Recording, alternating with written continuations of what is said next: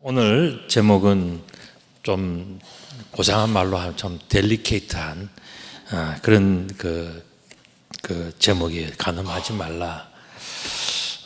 참 이런 설교를 하기도 참 어렵고 듣는 사람도 불편할 수 있는 그런 내용이지만 우리가 이제 강해 설교는 순서대로 쭉 하기 때문에 이제 어쩔 수 없이 또 이 본문도 우리가 거쳐가야 됩니다. 그래서 이 마태복음 5장 27절부터 32절까지 말씀인데 간음하지 말라 하는 내용이에요. 자, 간음이 무슨 뜻이냐 하면은 간음은 간사할 간자에 음란할 음자도 쓰기도 하고 또 간음할 간자에 음란할 그 음자를 써서 이렇게 간음이라고 이야기합니다. 의미는 뭐냐? 주로 배우자 이외의 사람과의 부정한 성적인 관계, 그것이 미혼이든지 기혼이든지 간에 그렇게 되는 것이 바로 이 간음이라고 하는 그런 내용이에요. 제가 이런 말씀을 드리면 저 목사는 구식 목사다. 왜냐하면 우리 간음죄가 2015년도에 다 폐지가 됐는데 뭐 이제 간음 이야기하냐 그런 이야기를 하실 수가 있죠. 그런데 성경이 너무 구식 주장을 하고 있는 것 아닌가라고 생각할 수가 있죠. 그런데 우리가 한번 질문해 볼 수 있는 게 뭐냐면 간음이 정말 죄인가 하는 그 문제예요. 여러분들 간음 어떻습니까? 출애굽기 20장 14절에 보면 사실 제 7계명입니다. 이건 좀 수정해야 되겠습니다. 7계명 간음하지 말라 했는데 신명기 또한 5장 18절에 보면 간음하지 말지니라 이렇게 되어 있는 걸 볼 때 성경은 분명히 간음하지 말라라고 분명히 이렇게 확실하게 성경 여러 곳에서 이야기를 하고 있습니다. 자, 그렇다면 우리가 질문이 하나 생기는데 그게 뭐냐면은 대부분의 나라들은 간음죄를 다 폐지했는데 성경은 왜 지금까지도 간음하지 말라고 이야기하는가? 너무 오래전에 다 인쇄를 다 해놔버려가지고 고칠 수가 없는 거냐? 왜 성경은 간음하지 말라고 하는가? 그런 질문을 할 수가 있고요. 또 이 간음에 대한 예수님의 해석은 뭔가? 이게 제일 중요하지 않겠습니까? 간음에 대한 예수님의 해석은 뭔가? 그 해석은 오늘 본문 27절에 나와요. 또 간음하지 말라 했다는 것을 너희가 들었다. 그 들은 내용은 뭡니까? 바로 7계명인 간음하지 말라 하는 내용이고 또 간음하지 말지니라 하는 신명기 말씀이지 않겠습니까? 이렇게 볼 때에 나는 너에게 이르노니 음욕을 품고 여자를 보는 자마다 마음에 이미 간음하였다. 야, 이 간음, 실제적으로 간음하는 것도 그것도 성경에서는 죄라고 이야기할 뿐만 아니라 더 나아가서 음욕을 품고 여자를 보는 자마다 마음에 이미 간음하였다. 야, 이건 너무 이거는 참 거시기한 거 아닌가 이렇게 생각이 되는 그런 내용이에요. 그죠? 마음으로만 눈빛으로만 그런 생각이 드는데 그게 마음에 가는 죄가 성립이 된다? 야, 여러분들 연예인들이 연기를 참 잘해요. 그래서 약간 이 음욕을 품고 여자를 보는 눈빛이 있어요. 한번 보시겠습니까? 이렇게 또 다음도 눈빛을 보면 유명한 분이죠. 이분도 남자만 이런 게 아니고 여자들도 그래요. 보면 가까이서 보니까 더 잘 생겼다 이렇게 얘기하는 이게 남녀 관계는요. 이게 참 이런 문제가 있을 수 있는 문제란 말이죠. 자, 예수님은 간음에 대해서 그러면 어떻게 이해하시고 어떻게 예수님은 이토록 엄격하게 간음에 대해서 말씀하셨냐? 심지어 뭐라고 말씀하셨냐면은 만일 내 오른눈이 너로 실족하게 하거든 빼어내버리라. 더 나아가서 또한 만일 내 오른손이 너로 실족하게 하거든 찍어내버리라. 야, 이거 어마어마한 거예요. 우리나라는 간음죄가 폐지가 되었는데 예수님은 눈도 빼고 팔도 찍어서 하여튼 그냥 가만 두면 안 되는 것처럼 율법에 그렇게 나와 있는 것을 예수님께서 지금 설명을 하고 계시잖아요. 성경은 이렇게 고리타분한 책인가? 성경은 왜 이렇게 극단적으로 아주 순결하고 정결하고 깨끗한 것만 그렇게 하냐? 살다가 보면 이럴 수도 있고 저럴 수도 있는 거지. 왜 그럴까? 궁금하지 않습니까? 특별히 여기서 오른 눈, 오른 손 이런 표현은 뭡니까? 성경은 오른쪽은요, 이 right라고 하는 이것은 우편이라고 하는 것은 항상 오른쪽을 이야기하는 거예요. 그리고 기독교는 항상 그렇기 때문에 우파에 속하는 겁니다. 왜냐하면 하나님이 성경을 이렇게 우리에게 계시를 주실 때는 항상 오른쪽을 옳다라고 말씀하셨어요. 그래서 오른쪽에 양, 왼쪽에 염소, 심판할 때도 그렇게 한다 그러셨습니까? 그처럼 항상 기독교는 오른쪽으로 표현이 되는데 이 오른쪽은 진리이고 소중한 것이고 거룩한 것이고 특별한 것을 표현할 때 오른편, 오른쪽 이런 식으로 표현하셨단 말이죠. 어쨌든 간에 왜 이토록 엄격한가? 특별히 간음에 대해서 왜 이토록 엄격한가? 29절 하반절에 보면 내 백체 중에 하나가 없어지고 온몸이 지옥에 던져지지 않는 것이 유익하며 내 백체 중 하나가 없어지고 온몸이 지옥에 던져지지 않는 것이 유익하다. 야, 엄청난 이야기를 하면서 이 문제를 어디와 연결하고 있냐면 지옥과 연결하는 거예요. 이거 어떻게 보면은요, 참 예수님께서도 이 간음의 문제를 엄청나게 지금 어떻게 보면 참 부풀려서 크게 우리들에게 강조하시는 부분들이 바로 이런 부분이죠. 간음죄는 지옥과 밀접한 관계가 있다. 이걸 이야기하시는 거예요. 야, 이렇게 하면요, 우리가 마음에 큰 부담이 생기고, 나라에서는 간음죄가 없어졌다는데 교회만 오면 마음에 부담이 되고 힘들어서 이거 뭐가 어떻게 되냐 궁금해질 수 있어요.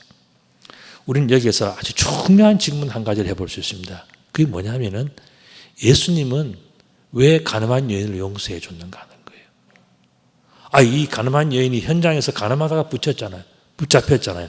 그러면 예수님이 율법대로 한다면 그 눈을 뽑아버리고 그 팔을 잘라버려서 더 이상 죄를 짓지 않도록 정죄를 해서 다 끝내버려야 되지 않습니까? 그런데 예수님은 오히려 그 여인에 대해서 머리털 하나 건드리지 않고 뭐 있으면 용서해 줬다고요. 용서. 예수님이 왜 용서를 해 주셨는가? 이게 아주 중요한 질문이에요. 여러분들 생각에는 왜 예수님이 이 가늠한 그것도 현장에서 다 보는 앞에서 들켜버렸어. 그 여인을 왜 용서해 주셨을까? 그림으로 한번 설명을 드린다면 가늠한 여인을 칠 때는요, 율법이 어떻게 하면 돌로 치라 그랬어요. 돌로.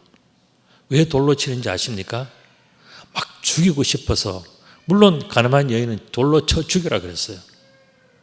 그 죽여야 되는 게 성경의 구약의 율법은 맞아요.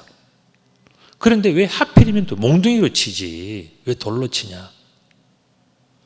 또 아니면 손으로 주먹으로 때려서 그냥 그렇게 죽여버리지. 왜 그렇게 했을까?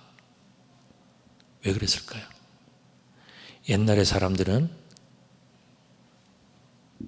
가늠한 여인을 자기 손에 대이면 자기도 부정하고 그렇다고 생각하고 손이 안 닿도록 돌을 던져서 죽이는데 자기가 손 닿지 않도록, 그래서 죽이는 방법, 그 돌을 던지거나 뭐 창을 던지거나 이런 거 아니겠습니까? 제일 흔한 게 돌이니까 돌로 던져서 그 여자를 죽였단 말이죠. 그래서 사람들이 돌을 던질 때 돌을 맞으면서 이 여인이 예수님의 발 앞에 엎드려서 빌어요. 주님, 살려주십시오. 제가 잘못했습니다. 그때 예수님은 이 여인 곁으로 가서 돌을 던진 그 사람들이 가니까 돌을 던지는 건 멈추지 않겠습니까? 예수님이 가니까, 예수님이 잘못한 건 가늠한 남자는 아니잖아요. 그러니까 가서 거기다가 예수님께서 땅바닥에다가 글을 쓰셨어요. 성경에 보면은 예수님께서 무슨 글을 썼다는 그런 내용은 없어요. 근데 뭔가를 썼다는 내용은 있어요. 근데 그 글을 돌을 던지는 사람들이 다 보는 순간에 한 사람씩 마음의 양심이 찔려서 다 돌아간 거예요. 이제 예수님과 여인 이 두 사람만 남았을 때 예수님이 뭐라 그러셨습니까? 여인아, 나도 너의 죄를 용서한다. 다시는 죄를 짓지 말고 살아라. 그리고 이 여인을 축복해주고 예수님은 가신 거예요. 자, 예수님께서 가늠하다가 현장에서 잡힌 이 여인을 용서해 준 이유가 뭘까요? 예수님이 지금 용서해 줬잖아요. 우리가 율법적으로 본다면 용서하면 안 되지. 가늠하다가 현장에서 걸렸으니까 증인도 있고 확실하잖아요. 그런데 용서해 주면 안 되는데 왜 예수님은 용서해 줬을까? 그것은 바로 간음에 대한 기존 구약의 그러한 기존의 이해가 예수님이 볼 때는 틀렸다라고 보신 거예요. 그래서 예수님은 이 여인을 용서해 준 것입니다. 그렇다면 간음에 대한 올바른 이해는 무엇인가 하는 겁니다. 먼저 구약적인 그런 내용들을 우리가 본다면은 신명기 24장 1절의 말씀 보면은 사람이 아내를 맞이하여서 데려온 후에 그이가 수치되는 일이 있음을 발견하고 그를 기뻐하지 아니하면 그랬습니다. 자, 여인을 데려왔는데 처녀인 줄 알고 데려왔는데 처녀가 아니거나, 그 다음에 데려와서 보니까 여러모로 자기가 생각하는 그런 아내가 아니었단 말이죠. 그러면 어떻게 하느냐? 이 남자는요, 여자에게 딱 너무 쉬운 방법이 있어요. 헤어지는 방법, 보내는 방법. 이혼 증서를 써주면 끝나는 거예요. 이거는 아주 그 가부장적이고 남자의 절대적인 권력이 있는 그 시대 때에 남자가 쓸 수 있는 너무너무 쉬운 방법이에요. 마음에 안 들면 이혼 증서 하나, 살다가 이혼 증서 하나 써주면 이 여자는 가야 되는 거예요. 이혼 증서를 써서 그 손에 주고 그를 자기 집으로 돌려보내면 끝. 나는 아무런 잘못이 없다. 이게 그 당시에 어떤 풍습이었단 말이죠. 이혼 증서 궁금하지 않습니까? 어떻게 생겼는지 보여드립니다. 이게 이혼 증서예요. 찢어져 있지만 저 내용들 중에서 어떤 글이 들어있냐 하면은 바로 이런 겁니다. 당신은 이제 가도 좋다. 당신을 아내로 맞아 들이기를 원하는 자가 있고 당신도 그를 원한다면 그가 당신을 취해도 좋다.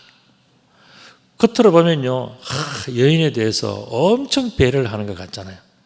그런데 속으로 알고 보면 뭡니까? 이 여자 시집 와서 애 낳고 밥하고 청소하고 고생하고, 그 당시 여자는요 직업도 못 가진 시절이에요. 그러니까 이 남자가 부리는 거 다 부리고 난 다음에 살아보니까 마음에 안 들거든요. 또 딴 여자가 눈에 보이잖아요. 그러니까 어떡하냐, 이혼증서 하나 싹 써주고요, 자기는 아무런 잘못 없는 것 같이 위장하고 그 여인은 쫓아내는 거예요. 그럼 이 여인은 어떻게 됩니까? 여자는 직업을 가질 수 없으니까 먹고 살 수가 없잖아요. 그래서 뭘 하냐면 여자가 매춘을 하는 거예요. 누구든지 간에 나를 먹여주고 재워주고 돈을 준다면 나는 내 가진 것이 몸밖에 없으니까 그 사람은 자기를 먹여주고 살려주는 그 사람을 위해서요 뭐든지 다 하는 거예요. 이게 바로 이혼 증서에 아주 악용되는 그러한 사례였습니다. 그런데 신약 성경 속에서 예수님의 그러한 간음에 대한 설명은 달랐어요. 구약 시대 때 많은 사람들이 생각하는 그런 간음의 개념과 전혀 다르게 예수님께서는 새로운 해석을, 새로운 설명을 해 주신 겁니다. 그것은 바로 음행, 아내, 여자, 결혼, 이러한 관점에서 설명되어지는 새로운 내용이에요. 예전에는 어떻게 했습니까? 그냥 이 여자에게 이혼증서 하나 주면 남자가 자기 마음대로 한 장 써주면 끝나는 거예요. 그냥 가야 돼. 이 남자 집에서 좀 더 먹고 살고 나도 이 남자와 함께 잘 있고 싶지만은 남자가 나 마음에 안 들어 하고 한 장 써주면 아무도 입을 그 이야기를 못 대는, 그냥 가야 돼. 이게 이혼증서예요. 여자는 권리도 없어요. 같이 뭐 도장 찍고 그것도 아니에요. 남자 혼자서 써주면 그냥 가야 되네. 그런데 예수님은 이 이혼에 대해서 또 이 간음에 대해서 새로운 해석을 내놓으신 것이 바로 오늘 이 본문의 말씀입니다. 32절의 말씀 보면 나는 너에게 이르노니 누구든지 음행한 이유 없이 아내를 버리면 이는 그로 간음하게 하느며, 아내를 쫓아내면 그 여자는 가서 먹고 살려고 그러면 혼자서 못 먹고 사니까 다른 남자를 만나야 되고 몸을 팔아야 되고 그렇게 해서 사는데 그 남자는 이게 책임이 있다, 이 이야기를 하시는 거예요. 그리고 또 누구든지 버림받은 여자에게 그냥 장가드는 자도 간음하는 것이다. 그러니까 이 세상이 참 이 간음의 문제가 심각해질 수 있다는 것을 예수님께서 설명하면서 성경에서 설명하는 이 남편과 아내가 어떤 존재인가에 대해서 예수님은 아주 뭔가 근거를 가지고 있어요. 제가 이 말씀을 보니까요, 이 마태복음 5장 27절부터 32절까지 이 말씀, 예수님 마음속에는요 뭔가 뚜렷한 그 간음에 대한 근거, 남들이 생각하지 않는 근거가 있는 거예요. 어쩌면 남들은 생각했지만 다 잊어버린 그 확실한 근거, 그것 때문에 예수님은 이 간음에 대한 해석을 다르게 하시는 거거든요. 그게 뭘까 하는 거예요. 저는 성경 말씀, 오늘 이 본문을 묵상하면서 제게 깨달은 말씀은 바로 창세기 2장 22절부터 23절까지의 말씀이었어요. 그 내용은 여러분이 잘 아시는 내용입니다. 여호와 하나님이 아담에게서 취하신 그 갈빗대로 여자를 만드시고 그를 아담에게로 이끌어 오시니 아담이 이르되 이는 내 뼈 중의 뼈요 살 중의 살이다. 이것을 남자에게서 취하신 즉 여자라 부르리라, 이렇게 하지 않습니까? 여기에서 나오는 것이 뭡니까? 남자 이슈라는 히브리어와 여자 이슈아라고 하는 그런 히브리어예요. 여러분들 복음성가 찬송 중에, 찬양 중에 그런 게 있어요. 이슈가 이슈아에게 하는 그런, 결혼식장에 가면 간혹 들리는 그런 그 찬송이 있죠. 그게 뭐냐면은 남자애가 여자에게 부르는 그런 그 내용이에요. 뭐 사랑한다는 그런 내용이죠. 너는 내 뼈 중에 뼈고 내 살 중에 살이다, 그런 내용이에요. 자, 그러면 여러분들에게 아주 어려운 수수께끼, 뭐 대답은 다를 수 있지만은 출제자의 의도에 맞는 답을 하는 사람은 아주 똑똑한 사람입니다. 자, 그러면 뼈 중에 뼈, 살 중에 살은 무슨 의미인가 하는 거예요. 뼈 중에 뼈가 뭐예요? 뼛속에 또 뼈가 있나?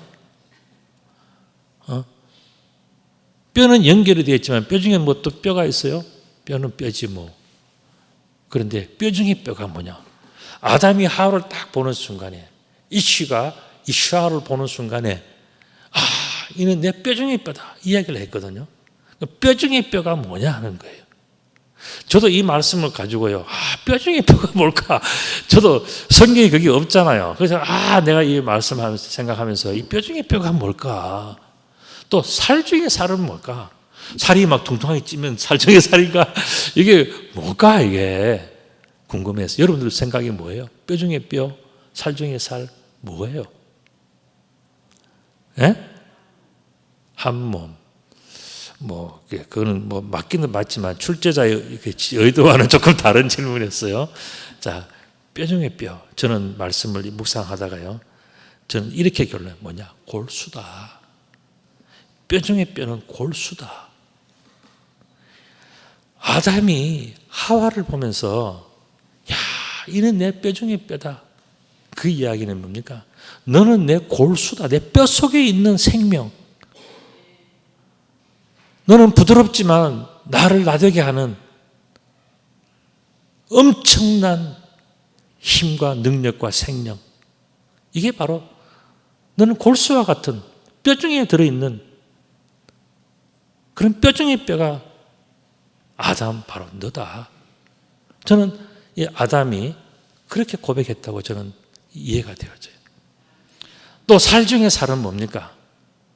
살 중에 살은 물컹한 살이 아니고요. 뭐냐? 속살도 아니고 그게 뭐냐? 살 중에 살은 뼈예요. 저는 말씀을 그렇게 이해를 하고 나니까 오늘 이 본문이 조금 더 이해가 되어졌어요. 그렇게 볼 때 여자는 남자를 남자 되게 하는 피와 생명 같은 존재가 뭐냐? 골수와 같은 존재가 뭐냐? 그게 여자라는 거예요. 여러분들 골수가 어떤 역할을 하는지 어떤 존재는 아시죠? 감자탕 집에 가서 뭐 골수만 빼먹는 그런 거 말고 우리 골수가요 어떤 존재냐? 여자는 남자를 남자 되게 하는 골수가 없으면 뼈는 아무런 의미가 없는 거예요. 왜 뼈가 튼튼합니까? 그 속에서 골수에서 피가 만들어지기 때문에 생명이 만들어지기 때문에 그런 거예요. 또 남자는 여자를 여자 되게 하는 기둥과 보호막 같은 아무리 골수가 좋고 훌륭해도 뼈가 없으면요 그게 뭐 되겠습니까? 이렇게 볼 때에 뼈라든가 골수라든가 이 살이라는 것은 떨어질 수 없는 생명 같은 하나된 존재. 이게 저는 바로 내 뼈 중에 뼈요 내 살 중에 살이라고 하는 그런 의미로 저에게는 다가왔어요. 그림을 하나 보시면요 이 뼈와 골수가 얼마나 중요한가 하면 바로 이겁니다. 뼈 여러분 아무렇지 않게 생각하셨죠? 근데 저 뼈 속에서요 만들어지는 것이 피가 만들어지는 거예요. 적혈구, 백혈구 또 우리의 셀 세포들 다 저기서 만들어지는 겁니다. 뼈가 튼튼하고 껍데기가 튼튼하고 대단한 것 같지만 저 속에 있는 골수가 없으면 아무것도 아닌 거예요. 남자의 생명은 뼈 속에서 만들어지는 거예요. 남자의 생명은 여자에서 만들어지는 겁니다. 얼마나 중요해요. 아담이 딱 하와를 보는 순간에 너는 내 뼈 중에 뼈다. 내 살 중에 살이다. 이 이야기를 하는 것은요. 너 때문에 내가 존재한다. 너무너무 고맙다. 너무너무 사랑스럽다. 내가 너를 소중하게 여기겠다. 그런 표현 아니겠습니까?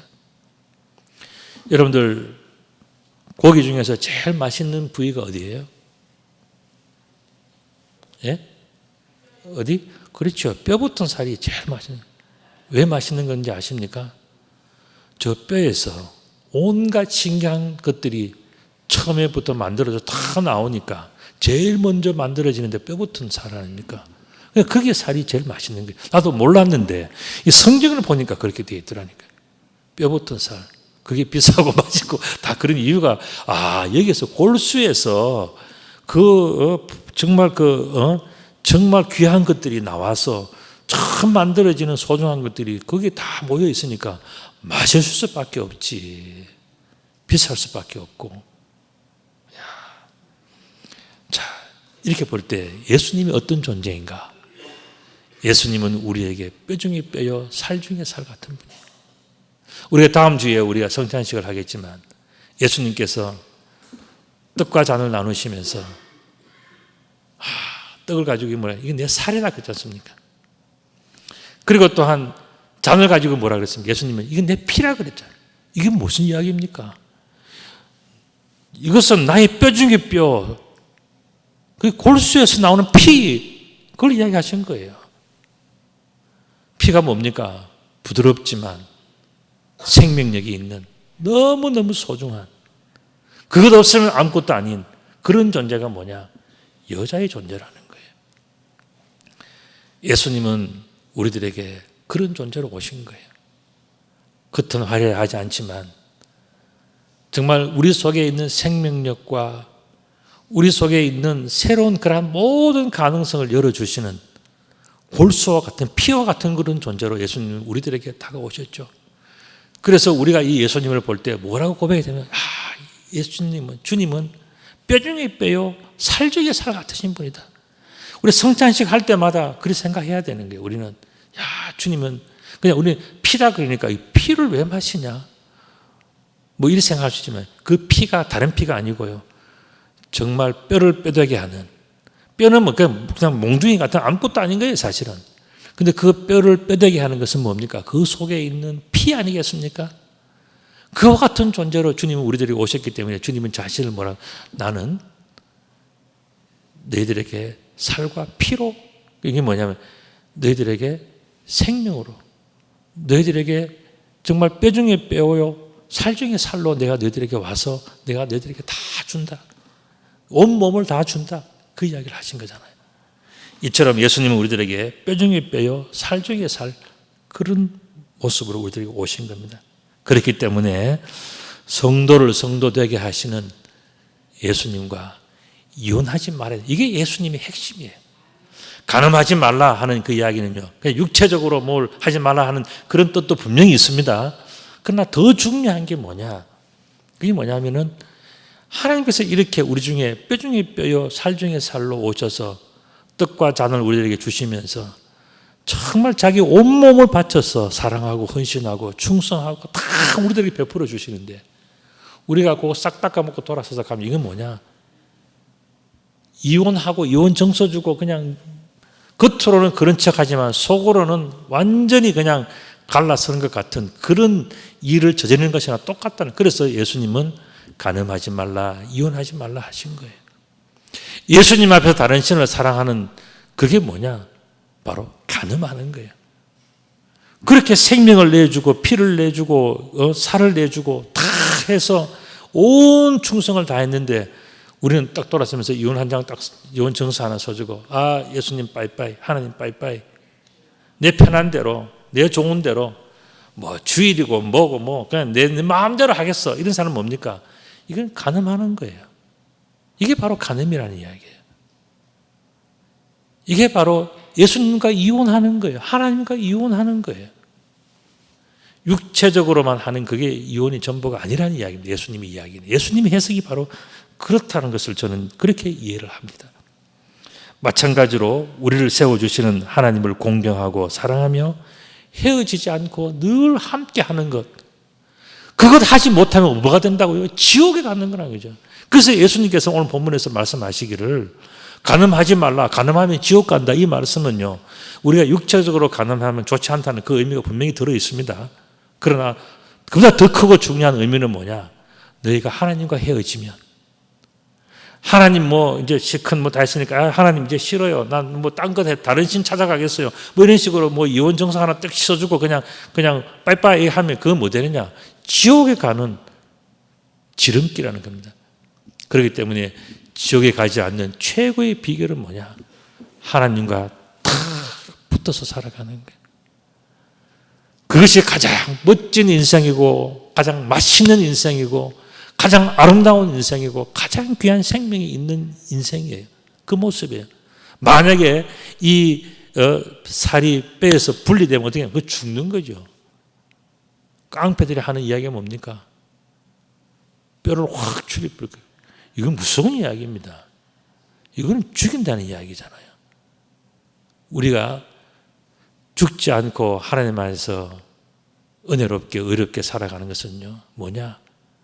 그 뼈에 살이 탁 붙어서 하나가 가는, 이혼하지 않는, 분리되지 않는, 간음하지 않는, 하나님과 예수님과 하나 되어져 가는, 바로 그것이 지옥에 가지 않는 비결이라는 것을 본문은 우리들에게 설명해 주고 있는 것입니다.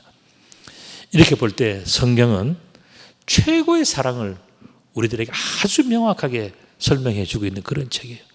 여러분들 성경 아까 소두에 말씀드릴 때 성경 구닥다리인데 뭐 지금 간음죄 다 끝났는데 그게 아니잖아요. 하나님께서 말씀하시고 예수님께서 설명하시는 간음죄는 지금도 너무나도 유효한 거예요. 최고의 사랑, 가장 소중한 것, 지옥에 가지 않는 가장 중요한 그것은 어디에 있느냐? 그것은 바로 하나님과 이혼하지 않고 하나님을 섬기다가 다른 신을 섬기고 또 뭐 하고 좋다는 거 뭐 찾아다니고 이런 짓 하지 않는 것. 이게 뭐냐?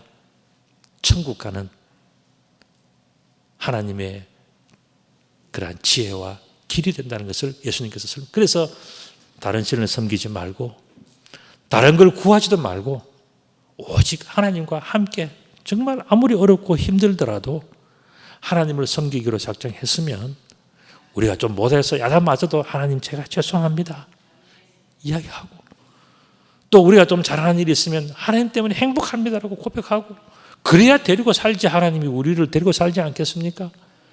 그런 인생을 우리가 살아가라 하는 것이 예수님의 말씀이에요. 그래서 예수님께서는 간음하지 말라라는 그 말씀도 하셨지만 더 중요한 최고, 최신의, 최상의 그런 사랑을 변하지 않는 그 사랑을 우리에게 주셨기 때문에 이거는요, 이 하나님과 이혼하면 안 된다. 하나님과 떨어지면 안 된다. 이 말씀은요, 변하지 않는 진리고 영원토록 가는 거. 이건 구식이고 신식 그런 것도 필요가 없는 거예요. 이거는 딱 하나 진리란 말이죠.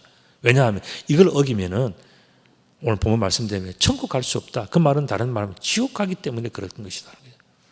그래서 이 성경은 우리들에게 최신의 최고의 그러한 사랑을 우리들에게 명확하게 증거하고 있기 때문에 우리는 마음속에 생각해야 돼요. 우리는 하나님과 절대로 헤어지면 안 된다. 어떠한 어려움이 가난할 수도 있고요. 병들 수도 있죠. 인생에 고민이 들어서 방황할 수도 있지. 그러나 우리는 뭐냐? 하나님을 떠나서는 안 된다. 이게 예수님의 가르침. 이게 뭐냐? 간음하지 말라는 이야기입니다. 어떤 이유로든 하나님과 헤어지지 말고 항상 감사하면서 사랑하면서 살아가는 것이 그게 바로 뭐냐? 함께 살아가는 자의 마음이에요. 내가 돈 좀 벌었으니까 내가 좀 실력이 있고 뭐 내가 좀 그러니까 함께 사는 남편, 함께 사는 아내 무시하고 살면 그거는요 깨지는 이게 뭐냐? 영적인 간음이고 그게 바로 하나님이 싫어하는 거라 그랬습니다. 우리는 뭐냐? 늘 하나님께서 기뻐. 내가 하나님 안에서 하나님 때문에 하나님 마음으로 살아가는 것이 뭐냐? 하나님이 기뻐하시는 함께 하고 싶은 자의 마음이란 말. 우리가 사랑하는 자의 마음인데 우리가 그 사랑을 배반하고 그렇게 살아가면 그게 뭐냐? 간음하는 것이고 그것이 기뻐지면 하나님과 이혼하는 거죠. 그거 하지 말라고 하나님께서는 미리 말씀하시기를 간음하지 말라 이렇게 말씀하신 거예요. 그런데 이런 귀한 영적인 축복은요 어떻게 이루어지느냐 하면은 평소에 우리의 삶을 통해서 만들어지는 거예요. 그렇기 때문에 우리가 영적으로 하나님 앞에서 간음하지 않고 하나님과 이혼하지 않는 것도 중요하지만은 우리의 육신의 삶 속에서 평소의 습관이 우리들은 하나님께서 기뻐하시는 그 믿음의 삶을 평소에 잘 훈련하는 게 중요해요. 평소에 자기의 삶이 그렇지 않은데 나의 영혼은 하나님 앞에 아주 가까워 이렇게 하는 것은 믿을 수 없는 부분이 될 수 있기 때문에 그런 거예요. 그렇기 때문에 우리는 영적인 삶을 우리가 추구하고 바르게 한다면 우리의 현실적인 삶도 우리들은 뭐냐? 그에 걸맞는 삶을 살아가는 것이 그게 사실은 정직한 거예요.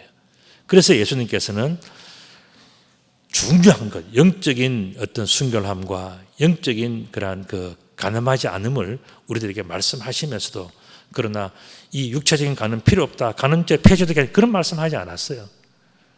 예수님은 뭐라 그러냐? 우리는 이 삶을 통해서 현실의 정직함과 성실함을 통해서 우리는 하나님의 거룩하심을 맛볼 수 있다, 그렇게 말씀하신 거예요. 그런데 우리는 오늘 이 되어가진 이 모든 일들을 통해서도요, 우리는 우리의 삶의 이 현장의 삶이 또한 중요하구나 하는 것을 알아야 된단 말이죠. 여호수아서 24장 15절에 이런 말씀이 있습니다. 만일 여호와를 섬기는 것이 너에게 좋지 않게 보이거든 너희 조상들이 강 저쪽에서 섬기던 신들이든지 또는 너희가 거주하는 땅에 있는 아무리 족속의 신들인지 너희가 섬길 자를 오늘 택해라.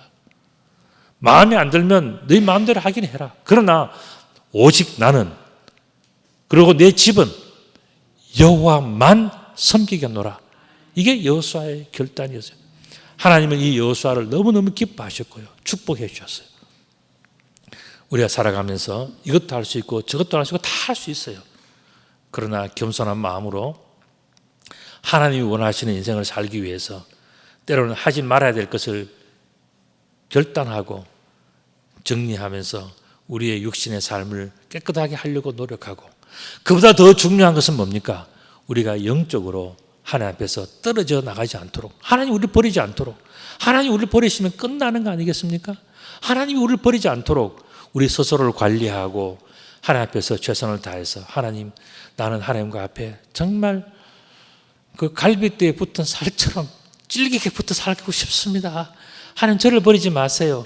하나님 저와 함께 늘 함께 해주십시오. 하나님은 내 뼈 중에 뼈고 내 살 중에 살입니다. 내가 하나님을 떠나서 어디를 가겠습니까? 라고 고백하며 살아간다면요, 하나님도 우리를 버리지 않으실 거예요. 우리의 사랑과 헌신이 있는데 뭐 다른 걸 찾겠습니까? 뭐 다른 사람을 찾겠습니까? 하나님은 그런 우리들을 많이 축복해 주시고 함께 해 주실 거예요. 오늘은 종교개혁 508주년 기념주일입니다. 우리가 특별한 행사나 뭐 다른 걸 하지 않더라도 우리가 뭘 해야 되냐? 우리의 삶이 하나님 앞에서 우리 개인적인 신앙이 계획이 되어져야 돼요. 예수님께서 우리에게 주시는 그 말씀을 붙들고, 하나님, 내 영혼이 주를 사모합니다. 내 영혼이 주님을 사랑합니다. 내 영혼이 하나님과 떨어지지 않고 예수님과 함께 영원토록 그렇게 살아가기를 원합니다. 다시 한번 다짐한다면 그것은 멋진 또 하나의 종교 개혁주일이 되지 않겠나 생각이 됩니다. 여러분들의 영혼과 육신이 하나님 앞에서 거듭난 거룩한 신부가 되시기를 우리 주님의 이름으로 축복합니다. 아멘. 기도드리겠습니다. 은혜로우신 아버지 하나님, 참 감사합니다. 우리가 성경 말씀을 깊이 이해하지 못하고 또 무언가 우리의 욕심에 이끌려서 우리가 하나님을 등질 때가 있었던 것을 고백합니다. 어리석었던 지난 날을 다 용서해 주시고 이제는 하나님만 사모하고 또 하나님을 위해서 몸과 마음과 시간과 물질을 충성하고 헌신하며 하나님을 기쁘시게 하고 영화롭게 함으로 하나님과 영원토록 함께하는 거룩한 축복이 우리 인생 가운데 가득가득 채워지게 하여 주시옵소서.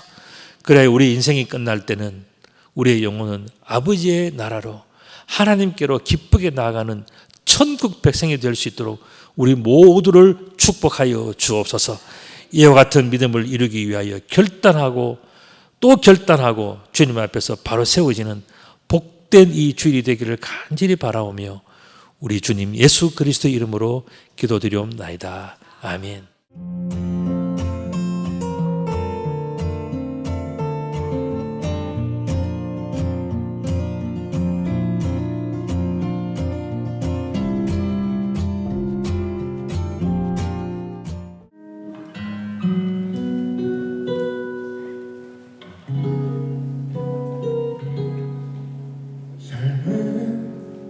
기다림이 없어 이해할 수 없는 수많은 순간들 주의 뜻을 묻고 기다리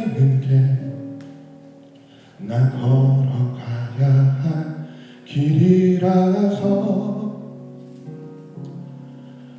삶은 기다림이어서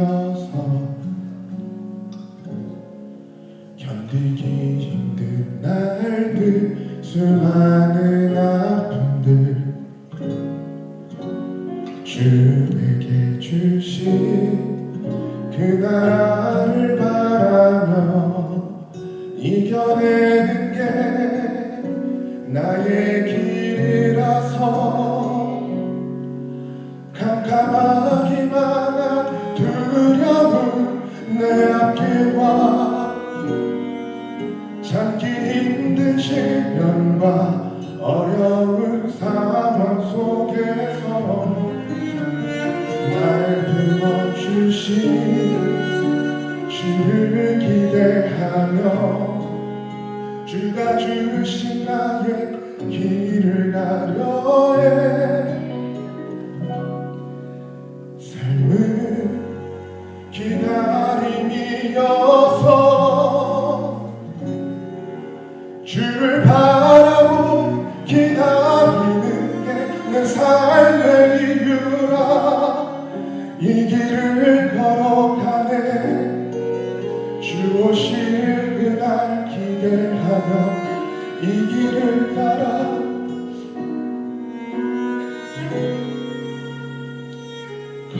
걸어가네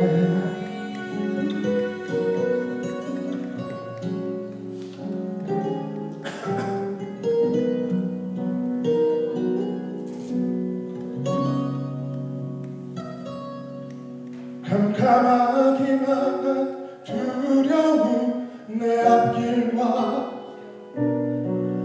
참기 힘든 시련과 어려운 상황 속에서 날 품어주신 주를 기대하며 주가 주신 나의 길을 가려 해 삶은